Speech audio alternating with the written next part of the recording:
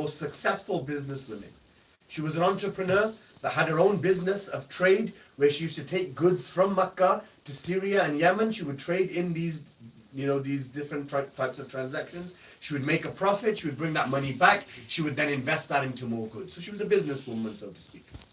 She one day noticed the Prophet at a very young age. The Prophet used to accompany Abu Talib on these trades. So one day she asked one of her servants, find out who that man is. The fact that he was so humble. Every time he used to exchange in business, he always used to show fairness. Every time he used to make a sale, he used to thank Allah subhanahu wa ta'ala in prostration. She then proposed the marriage and then got married. But she gave all of her wealth towards Islam.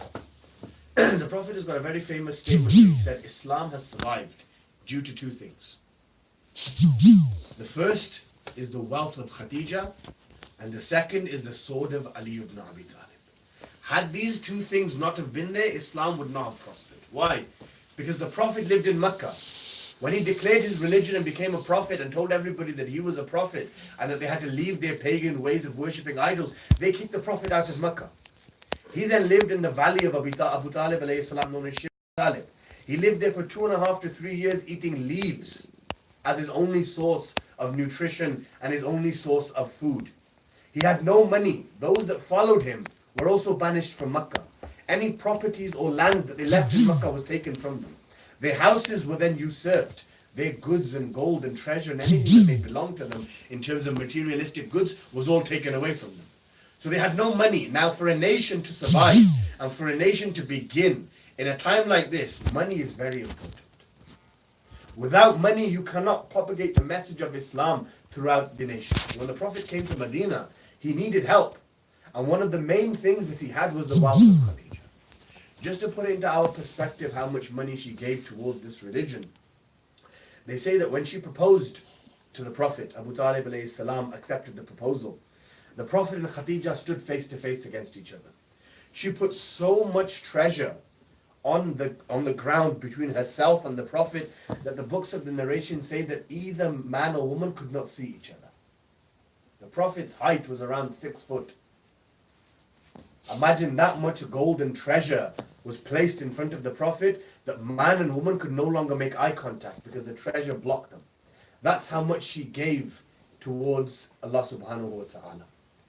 But then unfortunately at the time of her death, the Prophet couldn't even afford a coffin to cover her body. The religion that she gave so much for did not give her anything back during her lifetime. But Allah subhanahu wa ta'ala says in the Quran that if you give in my way, I will return that favor back to you. Or that the recompense of favor is favor. So if you do something good towards me, Allah subhanahu wa ta'ala says, I will then return that favor. You do ihsan on me, I'll do ihsan back towards you. So the question arises, Khadija gave everything in the way of Allah subhanahu wa ta'ala. What did Allah subhanahu wa ta'ala give back to her? So this is when, say, the Fatima now, the fourth of the four women, comes into the distinction. One day the Prophet, after fighting in the battle of Khaybar and conquesting the forts of Khaybar and defeating the Jews of Khaybar after they broke the treaty with the Prophet comes back to Medina, Jibreel comes down, reveals a verse from the Quran, chapter 17, verse 26. And render to the kindred their due right. Now when we pick up the tafsir books regarding this verse, the majority of whether it's our tafsirs or whether it's the tafsirs of other Muslim denominations and sects and divisions, all agree unanimously that when this verse was revealed, the Prophet asked Jibreel, "O Jibreel, what is the right and who is the kindred who I must give this right to?" And the tafsirs of these obviously go ahead and state that Jibreel would say to the Prophet, "O Muhammad, Allah subhanahu wa ta'ala has said, since Khadija gave everything in the way of your religion, give her her favor back by gifting the land of Fadak to her daughter Fatima." So Allah subhanahu wa ta'ala returned the favor of Khadija through her daughter, the Holy Lady of Light, by gifting her the land of Fadak. But we all know what the Muslims did with that land anyway. So these four women have been distinguished from all women in history. Asiya due to her devotion and due to her patience. Maryam due to her patience. Khadija due to her sacrifice. And Sayyidah Fatima due to the fact that she was the greatest woman to ever walk on this earth. Now these four women have been distinguished, mentioned in the Quran, But Baneen is a separate personality from these four. Baneen is a woman that all four of these women were distinguished due to something.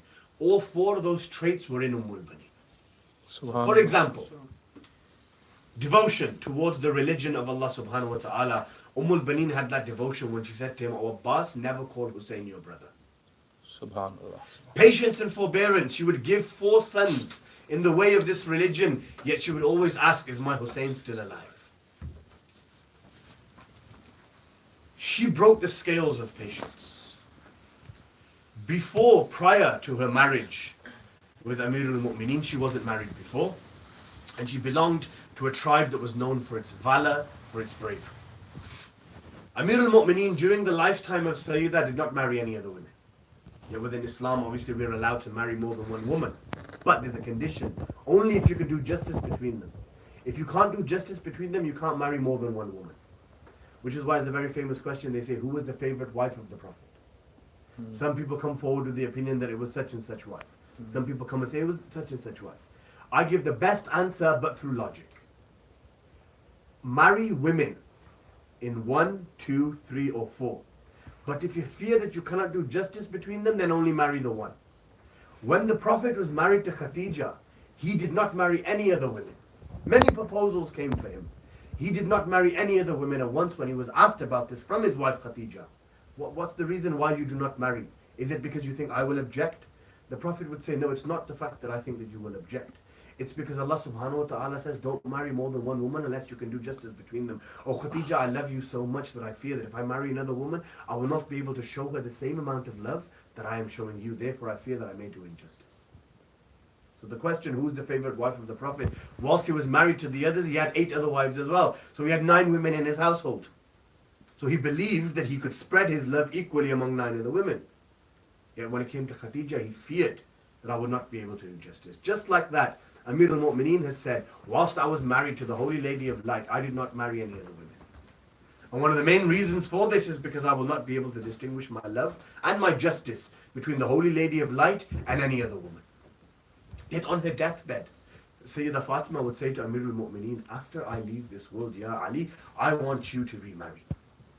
I want you to marry a woman from a tribe that's known for their bravery, for their loyalty, for their patience, and for their devotion towards this religion. And from that woman, Allah subhanahu wa ta'ala will bless you with a son, and I want you to name him Abbas. So Abbas was given as a name to him from Sayyidah Fatima al-Zahra. So she passes away from this world. 9 years after her passing away, Amirul Mu'mineen then comes to his brother Aqil. Now Aqil was 20 years older than Amirul Mu'mineen. So he was the older brother, the father figure, so to speak, of Amirul Mu'mineen. So the Imam came to his brother for some advice. He said, "Oh Aqil, oh my brother, you are a master of genealogy. You know which tribe is known for which traits. I want you to find me a woman from a certain tribe that has these following traits." So Aqil would ask, "Yes, brother, tell me, what traits would you like?" So he would say, for example, I want a tribe that's known for their bravery. But remember, bravery on one hand is not enough, because a person can be brave, but at the same time he can be vicious. He could be stone-hearted at the same time. A person that's strong, a person that's good in war, at the same time can also have no compassion and no mercy. Because all of his life he's killing people. He doesn't understand the concept of mercy and compassion. Throughout history there are many warriors, non-Islamic warriors as well if you want to look at it. Throughout the history of Greece, throughout the history of even the world wars that took place, even within China, within every part of the world, every type of nation had a warrior that they were very proud of. Yet those that were brave had no mercy, had no compassion, and those that were compassionate couldn't even lift a sword. Yet Amirul Mu'mineen is the distinction. When it came to the battlefield, he fought in such a way that people feared him before they even came in front of him. Yet off the battlefield, he was so friendly, welcoming, merciful, that the orphans of Kufa would say, "Where is our father?" So he wanted a woman from a tribe that had these traits, so that when those traits mix with the traits of Ali ibn Abi Talib, they could produce a man like Abbas. So Aqil said, "Give me 1 month, brother. I need to look into this. I need to go through some tribes and then obviously a month later I'll be able to help you. 1 month later, Amir al-Mu'mineen comes to his brother. Amir al-Mu'mineen then asks him, have you found me a woman? He says, yes, I found you a woman. Her name is Fatima. He says, okay. She's from this tribe. Okay. Amir al-Mu'mineen would then ask, what's so special about this tribe? So he would mention 3 men that belong to this tribe. Now these men, when you looked at them, they were over 7 foot tall. Now, a lot of us are told when Abu Abbas sat on a horse, his feet would touch the ground. Or for example, in the Battle of Siffin, he was only 11 to 12 years old. Yet when he was on the horse, people thought it was Amir al-Mu'mineen fighting. How can a 12-year-old boy be misconfused for a 45 to 50-year-old man? It's because of his height. And the reason why he had this height and body structure was because of the fact that Baneen's tribe had giants within their tribes. So Aqil mentioned 3 men. One of them, Amir al-Mu'mineen would get told by Aqil, do you know this man? So he would say a name. Amir al-Mu'mineen says, yes, I've heard of this name. Do you know what he was known for? Amir al-Mu'mineen would say, tell me. He would say, oh brother, this man goes out looking for wild beasts to hunt. Wild beasts look for you. Now this man goes out looking for wild beasts. He belonged to this tribe. Another man would say, forget wild beasts. Find me a lion and leave me alone with that lion. If I don't come back, I'm not a man.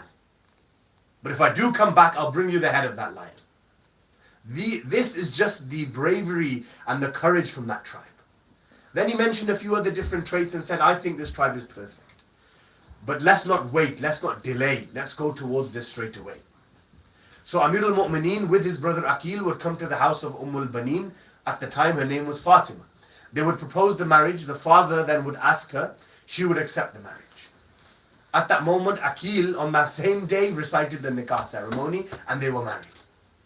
Now Amir al-Mu'mineen is bringing his new bride around 17 to 18 years of age towards his house.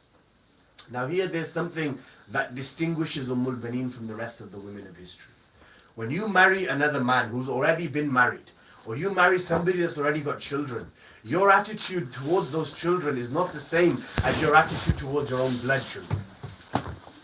Or your way of treating that husband, so to speak, is not the same because he wasn't your first love, so to speak. Yet when Baneen arrived at the house of Amir al-Mu'mineen, before she entered the house, she said to him, Ya Ali, if you allow me, is it okay that I could go and speak to your children first, before I enter this house?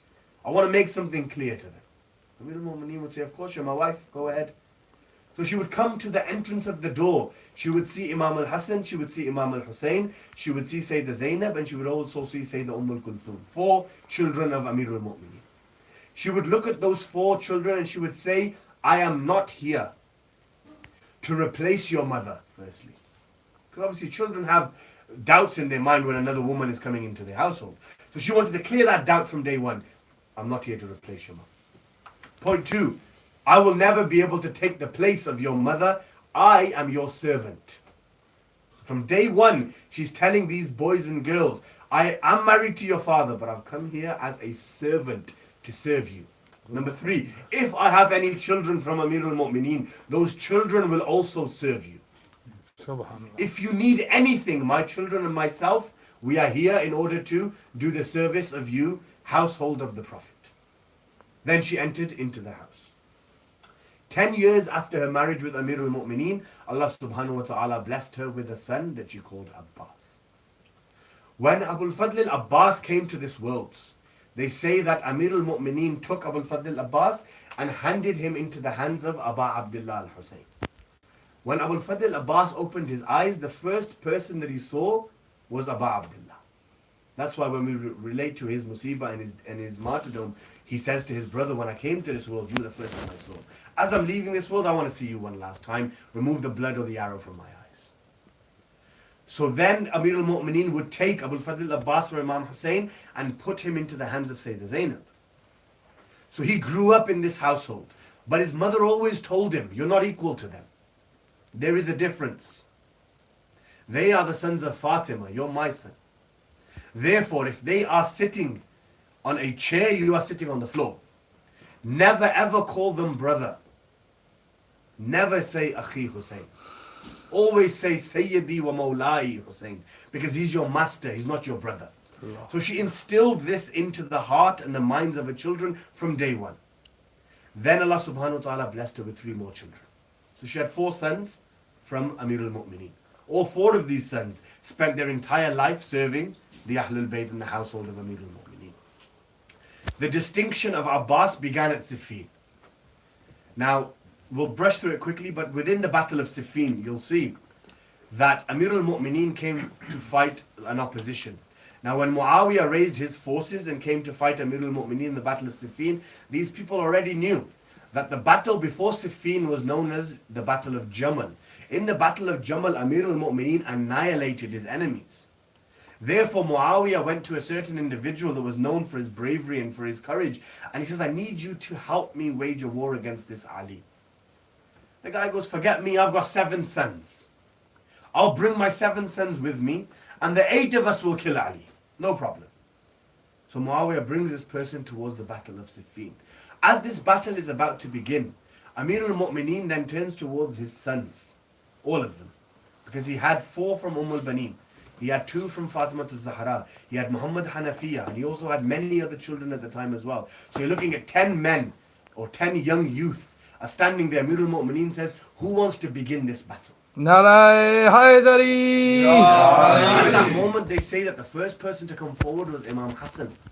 He came forward, took out the sword, and started marching towards the battlefield. Amir al-Mu'mineen would stop his son Hassan and say, Hassan, patience.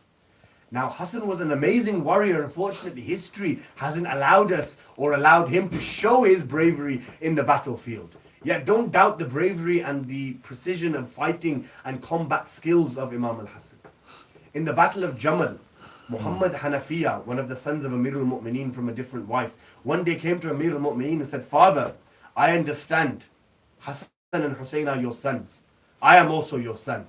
People are asking me, what is the difference between Hassan and Muhammad Hanafiya? What's the difference? Okay, you want to see? Okay. Grab a bow and arrow and come here. So Muhammad Hanafiya grabbed a bow and arrow, came and joined his father. He said, see that camel? The famous camel of Jamal. He said, yes. He said, you see the left front kneecap of that camel? He said, yes. He goes, can you fire an arrow into the left front kneecap of that camel? He says, okay, father, I'll try. So he fired the arrow and it managed to hit the spot, right into the left front kneecap. He said, now can you fire another arrow but in the exact same position? He tried a few times, he couldn't do it. Then the Imam called Imam Hassan. Amir al-Mu'mineen said, oh my son Hassan, can you take an arrow and fire this arrow nowhere else but into the arrow into the front left kneecap? He said, of course I can, father. Imam Hassan took out the arrow, fired it into that exact same spot, piercing the first arrow whilst his arrow would enter into the kneecap. He would then look at Muhammad ibn Hanafiya and he would say, this is the difference between you and them. Not to say that Muhammad ibn Hanafiya doubted the fact that he was equal to his brothers. It was just for us now to understand. Ahlul Bayt did a lot of things that they knew, but they had to, in order to do it so it could be recorded in history, in order for us to read. So Imam Hassan came forward, Amir al-Mu'mineen said, no, stay back. He then looked at Abbas, about 12 to 13 years old. He said, Abbas, are you ready? He says, yes, father, I am. He said, mount the horse, take the sword, go fight, but cover your face. And do not reveal your identity until I tell you to. So Abul Fadl Abbas comes towards the battlefield. People are now mistaking him for Imam Ali. This man who brought his 7 sons, he sends the first, he dies. He sends the second, he dies. He sends all 7 of his sons, they die. Then he himself goes forward and dies. Then Muawiyah then says, oh Ali, you've killed the strongest person that I had within my army. But this person doesn't respond. He says, show me your face. He doesn't respond. At that moment, Amir al-Mu'mineen then comes on his own horse and stands next to this man. So all of a sudden the enemy members are thinking there's more than one Ali. We couldn't even deal with one. Yet this other one fights just like him. So he said, who are you? So Abu Fadl Abbas would look at his father, Imam said, not yet. They would ask a few times just to build that, let's say, in order for a point to be put across more eloquently, you want to build up a bit of temptation and then reveal the identity. So they asked several times. He wouldn't respond. He says, now reveal who you are. So he would remove his veil from his face and they would say, who are you? He would say, I am the moon. Ana Qamar Bani Hashim. I am Abbas, the son of Ali. They would say to him, oh Abbas, there's already 2 moons in the household of Hashim. What are you, the 3rd moon? He would say, no. They are the sons of Muhammad. I am the sons of Ali. It is the job of the son of Ali to protect the life of the sons of Muhammad. They are the eyes, we are the hands. It is the job of the hands to protect the eyes. This was the first poetry that Abul Fadl Abbas gave in the Battle of Siffin. So in Karbala, when he fought, these people knew who he was because they've already seen him fight. They know how brave he is, they know how strong he is. And remember, he was 12 then. Now he's 34 years old. There's going to be a difference in his battle, in his stamina, in his strength. So she raised these 4 children in the household of Amirul Mu'mineen. She told these children what their purpose in their life was. Then Amirul Mu'mineen, and when he neared the end of his life, he took the hands of Imam Hassan, Zainab, Kulthum, all his sons, put them into the hands of Imam al-Hassan and said, it is your job to protect Hassan. Then he called Abul Fadl Abbas and said, but it is your job to protect Imam Hussein. He was given his last will.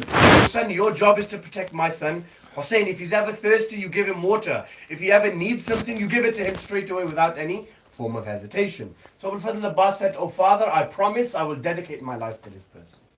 So this is Baneen prior to the marriage. This is Baneen during the marriage. Now comes the events of Ashura and Karbala.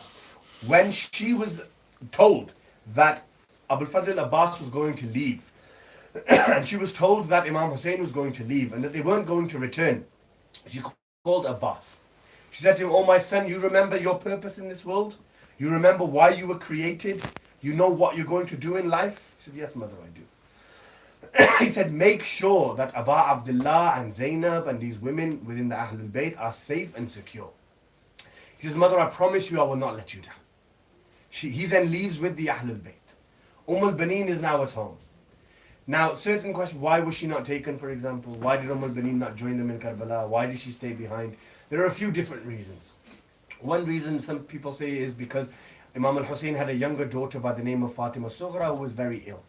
Somebody needed to stay behind in order to look after her. Abul Fadl Abbas had 2 sons, Fadl and a young baby as well, 6 months, 7 months old. The grandmother wanted to stay behind to look after the grandchildren as well.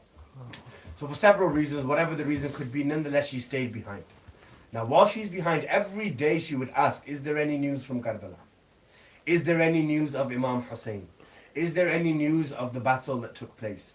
Does anybody know? Every day she would ask and she would wait patiently because she wanted to know what is the outcome, what's happened to Imam al-Hussein. Has my Abbas done the purpose of his life? Has he protected Imam al-Hussein, his master? So you'll see that she was waiting. Then finally we come to the point where a person by the name of Bishr then comes into the city of Medina. Now after the Ahlul Bayt had been killed and tortured, then they were taken to Kufa, then they were taken to Sham. Then after Sham they returned back to Karbala, then they came back to Medina. Now before the Ahlul Bayt, now when they were leaving, the whole city knew they were leaving. Everybody came to see them. But when they came back, it wasn't a public announcement. They didn't want everybody to know that they were back, due to several reasons. One reason is because of the grief that they faced. The second reason is because everybody that left, not all of them have come back. The third reason is because these people have been through so much, maybe they won't be able to be recognized by the people of Medina. So the Ahlul Bayt came back to Medina and they went into their houses. Imam Zain al-Abidin said to a person by the name of Bishr. Bishr was a poet. His father was also a poet. So Imam al-Sajjad said to him, you know, your father used to be a great poet. Are you also able to compose poetry? He said, yes, father, I am. He said, yes, Imam, I am. He said, okay, so just like your father, can you please enter the city of Medina? And can you please go inform everybody about what has happened to my father, Imam al-Hussein? So they say that Bishr one day would enter into the city of Medina and he would gather all the residents of Medina by the grave of Rasulullah. And they say that he would begin by saying in verses of poetry, he would say, Ya Ahle Yathrib ala muqam lakum biha Qutil al-Hussein fi Karbala. O people of Yathrib, leave your houses and get out, for Hussein has been killed in Karbala. At that moment, they say that all the residents of Medina would come and gather around Bishr. He would then begin telling them about what happened. At that moment, they say an old lady would come forward carrying a baby in her arms. This baby was the son of Abu al-Fadl al-Abbas. At that moment, she would say to him, "O Bishr, I hear that you have news about my son Hussein. Is he still alive? Has he come back?" At that moment, he would ask, "Who is this woman?" They would say, "Ya Bishr, this is Baneen, the wife of Amir al-Mu'mineen. This is the mother of al-Fadl al-Abbas." Bishr would think to himself, how am I supposed to tell this lady what happened? How am I supposed to tell her about her sons? So he says, I began by saying to her, أعظم الله لك الأجر يا أم البنين بولدك الجعفر. May Allah give you patience over the death of your son Ja'far. She would say, I did not ask you about Ja'far. Tell me about my son Hussein. He would say, Ya Ummul Baneen, أعظم الله لك الأجر بمصابنا ولدك العبد الله. May Allah give you patience over the death of your son Abdullah. Again, she would say, I did not ask you about Abdullah. May all of my sons be sacrificed for Hussein. Tell me, is Hussein still alive? Then he would say those painful words. He would say, Ya Ummul Baneen, أعظم الله لك الأجر بمصابنا بالفضل العباس. At that moment, they say Ummul Baneen put her hands on her head.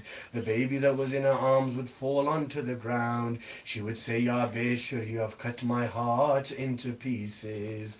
But tell me, is my Hussein still alive? Then Bishr would say, Ya Ummal Baneen, أعظم الله لك الأجر بمصابنا سيد الشهداء. May Allah give you patience on the martyrdom of the chief of the masters of martyrs. She would say, what happened to him? He would say, Ya Ummul Baneen, we left his lifeless body in Karbala. His body had no kafan on it. He would then say they raised his head on a spear and towed it from city to city. Then say, Ya Ummul Baneen, the horses of Bani Umayyah would trample on his body.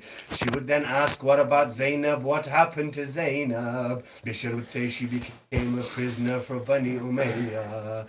Ummul Baneen would then run to the house of Sayyidah Zainab. She would knock on the door and one of the servants would answer the door. The servant would say, who is at the door? Ummul Baneen would say, I am the one who shares in your grief. I am here to see Zainab. Ummul Baneen was then entering into the house. She would come inside and she would see a woman sitting on the floor and she would see that she had wounds all over her face. So she would look at this woman and say, where is your lady Zainab? This woman would look up and say, Ya Ummul Baneen, do you not recognize me? Now remember, Ummul Baneen raised Zainab, but due to the torture that she had in Kufa and Sham, Ummul Baneen didn't recognize her. So she would say, Anti Zainab al-Hashimiyya, are you Zainab from the clan of Hashim? She would say, La ana Zainab al-Masbiya, I am Zainab, the one that was taken captive. At that moment she would say, Ya Zainab, when I sent Abbas with you, when I sent my 3 more boys with you, how can you have become a captive? Did Abbas do anything wrong? She would say, no, Ummul Baneen, do not blame Abbas. If he had his left hand, if he had his right hand, he surely would have protected us. He protected us until his last breath. At that moment, Ummul Baneen would cry and say, Ya walada wa Husayna. Zainab would reply and say, Wa akha wa Abbasa. They would then cry between each other. She lived for 4 years after Karbala. Yet in those 4 years, every day Ummul Baneen would go to Jannatul Baqi. She would make 5 graves with her finger, 4 for her sons and 1 for Abi Abdullah Abdullah al-Hussein. She would sit there crying and lamenting, and she would say, La tadu anni waiki Ummal Baneen. Do not call me Ummul Baneen any longer, for I have lost my boys in Karbala. Inna lillah wa inna ilayhi raji'un. وسيعلم الذين ظلموا أي منقلب ينقلبون. صلوات. اللهم صل على محمد وآل محمد. يا حسين يا حسين يا حسين يا حسين يا حسين يا حسين يا حسين يا حسين يا حسين يا حسين يا حسين يا حسين يا حسين يا حسين